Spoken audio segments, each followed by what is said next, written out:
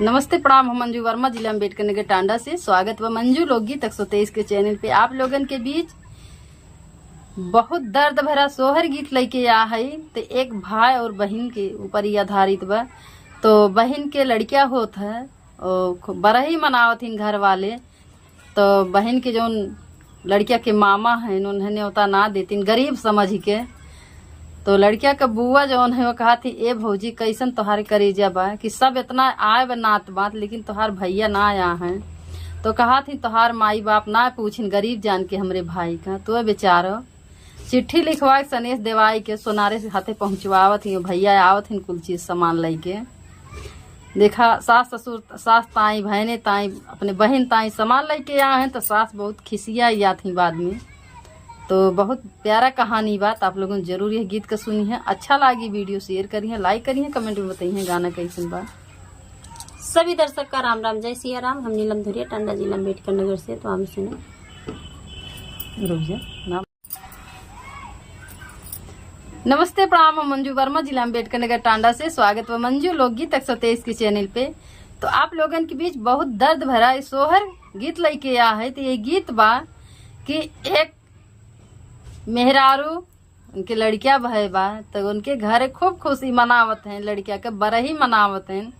तो सारा नात बात यहाँ हैं, लेकिन वह लड़किया के जो मामा हैं वह ना यहाँ हैं। तो लड़किया के बुआ कहा थी अपने भौजाई से, यानी लड़किया के मम्मी से, ए भौजी पूरा नात बात आ हैं, लेकिन तोहार भाई ना यहाँ हैं। तो बेचारो रोवे लागत ही। कहा थी कि का बताई नंदो, हमरे सास ससुर यानी तोहार माई बाप अमीर है न, हमार भाई गरीब हैं, गरीब समझ के उन्हें न्योता ना दीहिन तो कैसे आई हैं।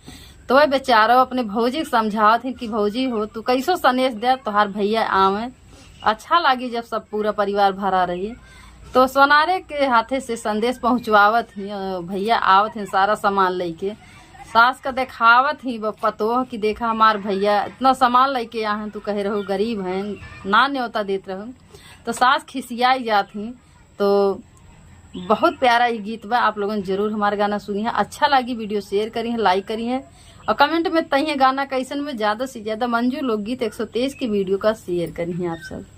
सभी दर्शक का राम राम, जय सिया राम। हम नीलम धुरिया टांडा जिला अम्बेडकर नगर से। तो हम सुने 12 दिन के बरहिया के तैयारिया में हो। 12 दिन के बरहिया के तैयारिया में हो। सासू दैना देत्यू भैया काने वातवा बरहिया में आवते नियो। सासू दैना देत्यू भैया काने वातवा बरहिया में आवते नियो। मचिया ही बाई ठेली सासू तबहुआ से यार जय करे हो। मचिया ही बाई ठेली सासू तबहुआ से आराज करे हो। बहुहर तो हर नैहरा गारी बरहिया कैसे आई हाई हो। बहुहर तो हरो नैहरा गारी बरहिया कैसे आई हाई हो। आवेले साहू जी के भैया ननद ननदोइया हो। आवेले सासू जी के भैया ननद ननदोइया हो। बहुहर अपने सगनवा में रोए बीरना नहीं आवाई हो। बहुहर अपने आंगनवा में रोए बीरना नहीं आवाई हो। तो देखा लड़किया भैबा 12 दिन पे बरही मनावत हैं, खूब खुशी मनावत हैं। सब क्यों आए नात बात, लेकिन दुल्हन के भाई ना आया हैं। तो ननद नंदोई अपने घर से आवत थी, सास के भाई आवत थी और बेचारे ये बैठ के रोवत थी। जब सारे नात बात का देखा थी तो ननद इनका पूछा थी, ए भौजी काहे तू बैठ के रोवत हो। तो देखा का आगे हो तो झझकी के आवेली नाना दिया गरब बोलिया बोलेली हो। झझकी के आवेली नाना दिया गरब बोलिया बोलेली हो। भौजी कावने कर जवाबीरन भैया बरहिया नाही आवेले हो। भौजी कावने कर जवाबीरन भैया बरहिया नाही आवेले हो। कहत है ननद अपने भौजी के लगे दौड़ के जात ही मारे गुस्सा में। कहा थी ये भौजी सब के आवे लेकिन कौने नाते तोहार भाई ना है, कौने करे जे को है कि सब आए वो तोहार भाई ना आया है। तो देखा भौजी का बतावत ही काऊ काही हमारे नाना दे कहत दुख लगाई हो। काऊ काही हमारे नाना दे कहत दुख लगाई हो। ननदे हमारो गरीब वीरन भैया ने मतवा नाही पाए नी हो। ननदो हमारो गरीब वीरन भैया ने मतवा नाही पाए नी हो। माई तो हाई तोहरी माला किन बापैया तोहरे से ठाए हो। माई तो हाई तोहरी माला किन बापैया तोहरो से ठाए हो। ननदी भैया तोहरे करे ले नौकरिया ने वतवा नाही भेजे ले हो। ननदो भैया तोहरे करे ले नौकरिया ने वतवा नाही भेजे ले हो। तो भौजी बतावत ही कि का कही ए ननद बड़ी दुख लागत हो, लेकिन गरीब समझ के तोहार माई बाप तोहार भाई हमरे भैया का ना क्यों जने पूछे हैं। तो तोहरे माई बाप मलिकई बा तोहार भाई दूरे नौकरी करत हैं तो हमरे भाई के क्यों न्योता ना दिए हैं तो कैसे वही हैं। तो देखा ननद का कहा थी दाई देती चिट्ठी चाहू पति आया बायरिनिया हो। दई देती चिट्ठी चाहू पति आया बायरिनिया हो। भौजी दैना दे तू एक हिस्साने सवा बरहिया में आवते नी हो।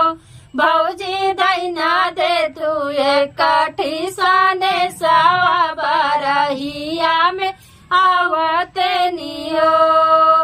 गहुआ के हमारे सोनरवा सोनरवा भैया मितवा हो।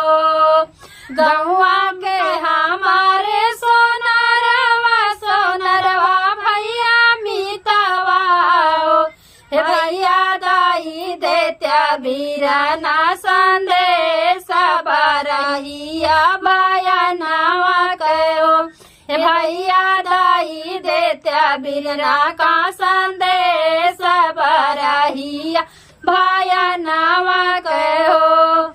ननद समझावती अपने भौजी का कि ए भौजी कौनो चिट्ठी चौपाती है कहनो विधि से तू संदेश अपने भैया के लगे बैरन चिट्ठी तू पठवा। तोहार भैया जौने लड़किया के बरही में आवे तो वह अपने गांव का सोनार देखती वही सोनारे से संदेश कहवावत हिन कि ए भैया तू जाके हमरे भाई से बताई दिया कि तोहरे बहने के बरही बा जौने भैया जौन है समय से बरही के दिने चला आई हैं।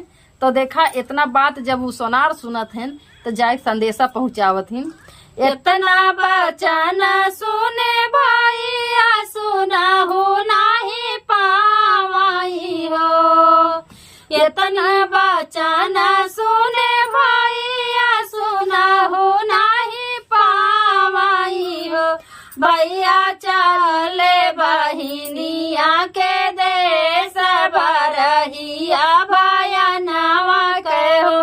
भैया चले बहिनिया के देश बरहिया बयानवा कहो। बहिनी काली हाले चुनरिया तो सासू का तिलरिया हो। बहिनी काली हाले चुनरिया तो सासू का तिलरिया हो। भैया कर धन लिहाले भाया नवा बरहिया में आई हो। भैया कर धन लिहाले भाया नवा बरहिया में आई हो। तो देखा जब भैया संदेश पावत हैं तो झट से वो बेचारू बाजारी जाथिन। बहन ताई चुनरी, सास ताई पियरी तिलरी, लड़किया ताई करधन कुल चीज सामान हाली हाली खरीद के और देखा कैसे सज के कौने भाव में बहन के घरे जात हैं। घोड़वा से उतारे भैया बहिन मुँह देखाई हो। घोड़वा से उतारे हैं भैया बहिन मुँह देखाई हो। बहिनी काहे तोहरा मनावा माली न सुसु के काहे रोई हो।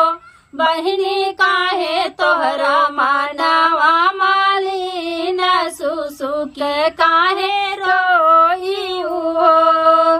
काऊ कही हमरे भैया कहता दुख लागइयो। काऊ कही हमरे भैया कहता दुख लागइयो। भैया सास ससुर महाजनवा गरीब नाही पूछाइयो। भैया सास ससुर सेठ महाजनवा गरीब नाही पूछाइयो। भैया कुल सामान खरीद के बहन के घरे जाथिन और बहन के जैसे देखथिन तो बहन भुकार छोड़ के रोवे लागथिन। तो भैया पूछथिन कि काहे बहनी तोहार मन इतना उदास बा, काहे तू दुखित लागत हूँ। तो वह बतावत हैं कि ए भैया हमार सास ससुर इतना घमंडी हैं, धनी सेठ हैं कि गरीब का ना पूछत रहेन है। ये कुल सोच के हमरे तकलीफ होत बा, दुख लागत बा। तो देखा भैया काज कैसे समझावत हैं। बपई तोरा हाल किसनवा किसनिया बड़ी सुंदर हो। बपई तोरा हाल किसनवा किसनिया बड़ी सुंदर हो। बहनी हमारो तो लागल नौकरिया गरीबी दूरा होई गाए हो।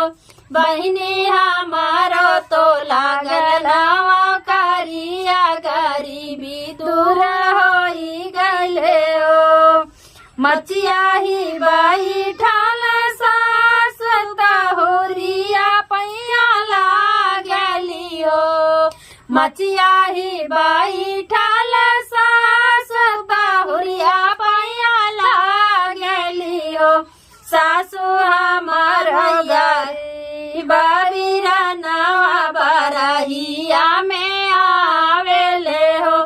सासु हमारा उ भैया गरीब बरहिया में आवेले हो।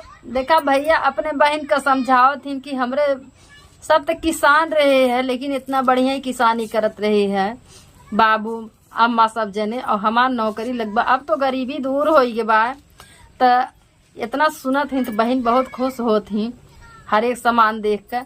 तो झट से जौन दुल्हन रहा थी वो जाती अपने सास के लगे गोड़ धरा थी और कहा थी कि सासू से कि देखा हमार भैया गरीब रहे हैं लेकिन बरही में आई के हाजिर हो गए हैं, तूने उतना ना दिए रहू है। और का कहा थी देखा कावलाई के आहें सासू का बतावत है पतोहू। सासू का दिहाले तिलरिया बहिन का चुनरिया हो। सासू का दिहाले तिलरिया बहिन का चुनरिया हो।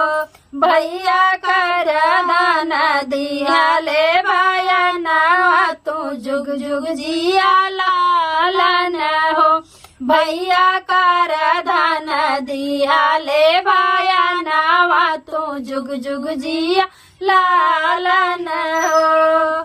सासू खिसियाईली दुआरावा तो नाना दियो सारावा में हो। सासू खिसियाईली दुआरावा तो नाना दियो सारावा में हो। भैया जुग जुग बाड़े नाई हराया मार रह सोहर हो। भैया जुग जुग बाड़े नाई हराया मार रह सोहर हो। 12 दिन के बरहिया के तैयारी में हो। 12 दिन के बरहिया के तैयारी में हो। सासू दैना देत्यू भैया खाने वातावा बरहिया में आऊ तेनी हो। सासू दैना देत्यू भैया खाने वातावा बरहिया में आऊ तेनी हो। धन्यवाद।